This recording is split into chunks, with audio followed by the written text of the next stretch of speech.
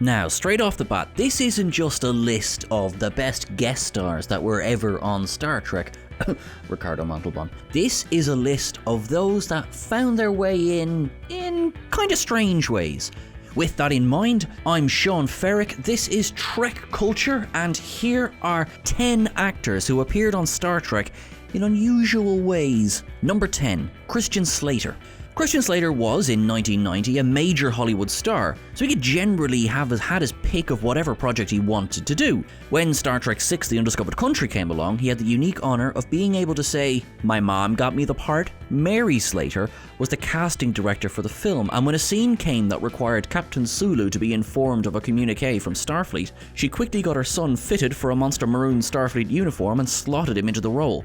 On paper, it's a lot of dialogue for a stand and deliver character, which is part of the charm. Plus, seeing George Takei snap at Slater was a hoot as well, as Slater probably was making more money per movie than Takei did for the entirety of the original series run. Either way, this is a fine example of a Trek fan using a little bit of clout and some very well-placed connections to get a part in a film. A larger part, in fact, than the world's richest man could claim. More on that in a moment. Number 9, Paul Newman.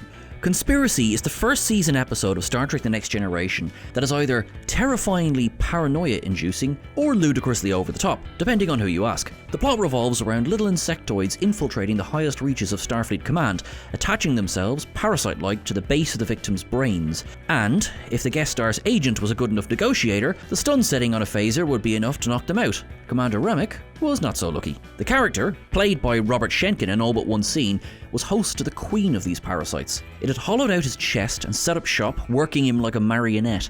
Picard and Riker chase the creatures down and discover him sending a message into the far reaches of space. As his throat swells, he hisses that they only seek peaceful coexistence. The two officers doubt him, aim their phasers, and fire. In the moment that shocked audiences when it aired, Remick's head has the skin blasted away before it explodes.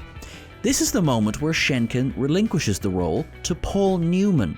The dummy prop that was used for the scene was in fact a mould of the Sting actor's face filled with raw meat. This was then blown up, creating the effect seen in the episode. Number 8. William Hartnell, John Pertwee, Peter Davison. Doctor Who is older than Star Trek by 3 years, though both franchises have had their share of ups and downs over the years. Though characters from the two franchises have yet to meet on screen, there have been references to the many actors who've played the Doctor slotted into Star Trek: The Next Generation, at least before that pesky remaster came along. In the first season episode, The Neutral Zone, Councillor Troy is attempting to help Claire Raymond come to terms with having woken from cryosleep almost 400 years into her future. She understandably feels that everything she's ever known or loved has faded into dust, so Troy sets about tracking down what's become of her family. The line of names in the Raymond line included William Hartnell, John Pertwee, and Peter Davison. There's also another split-second shot that includes Patrick Troughton, Tom Baker, and Colin Baker as well.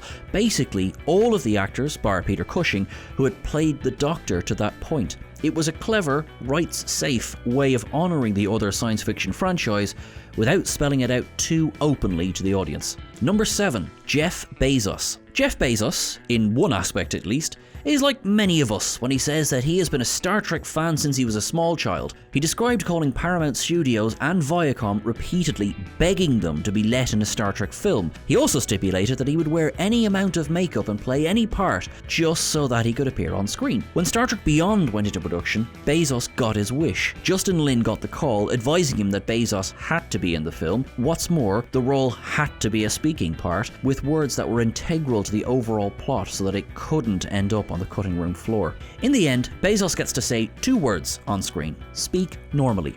He is the heavily made-up officer who fits Kalara with her universal translator. Though the scene lasts barely a moment, Bezos credited the entire experience as highly memorable, even if the character didn't end up fitting that same description. Number 6. Mick Fleetwood. Mick Fleetwood is one of several high-profile musicians who appeared in Star Trek, with other notable names being Iggy Pop, Tom Morello, and Vanessa Williams.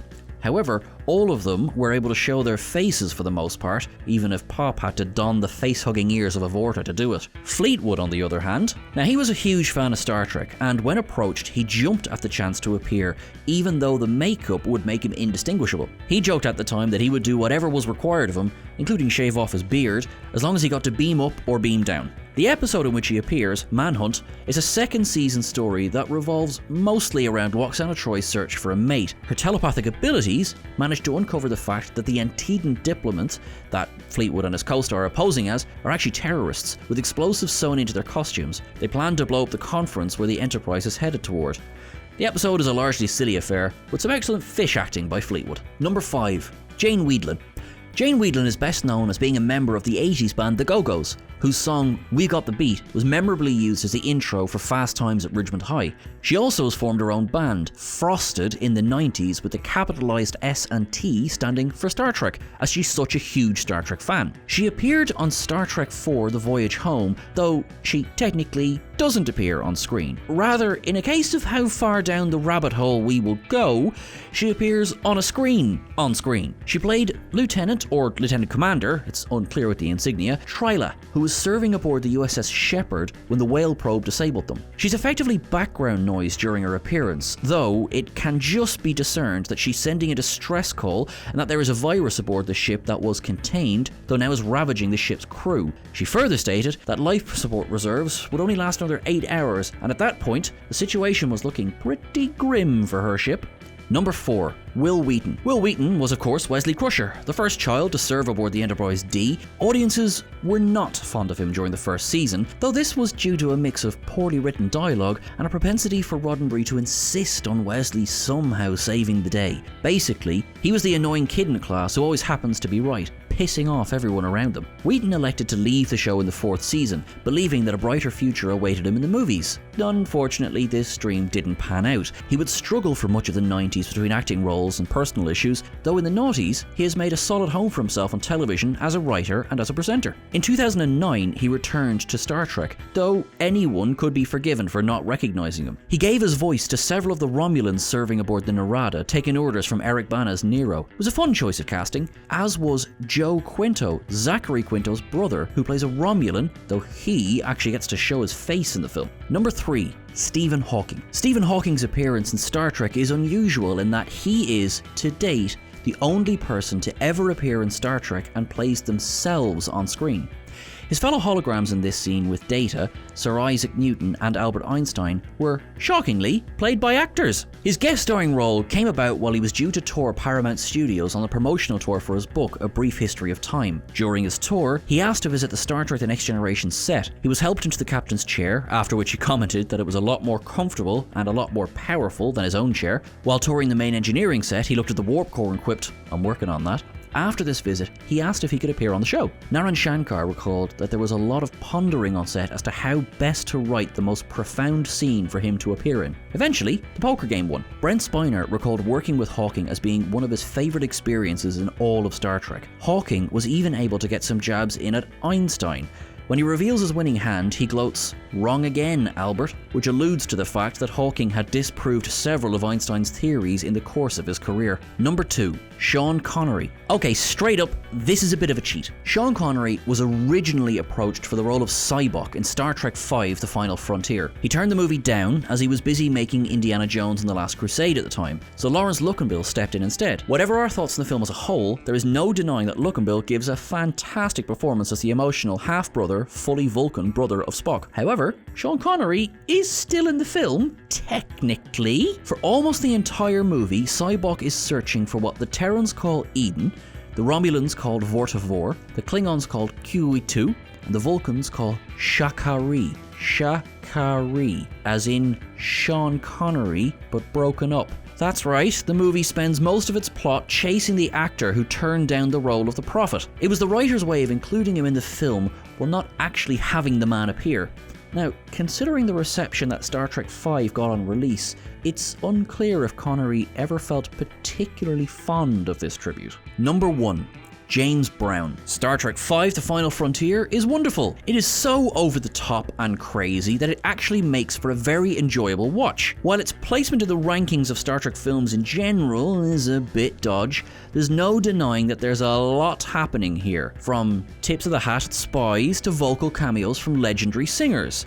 On Nimbus 3, the planet of galactic peace, there is a city called Paradise. Lost. Therein lies a bar, and in this bar there is a lady. This is no ordinary lady, oh no.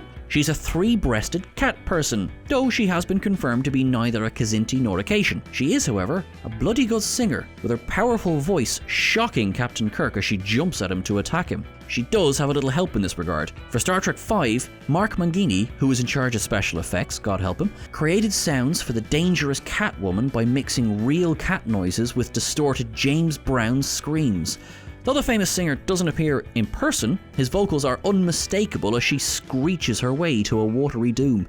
And that is everything for our list today. If you reckon we missed anything, drop it into the comments below. Please don't forget to like, share and subscribe. Remember, you can catch us over on Twitter at Trek Culture. You can catch myself at Sean Ferrick as well. Whatever you do till I'm talking to you again, make sure you're looking after yourself and the people you care about. Maybe some of the people you don't care about as well. Let's just be nice, guys. You can live long and prosper, and I'll see you soon. Bye.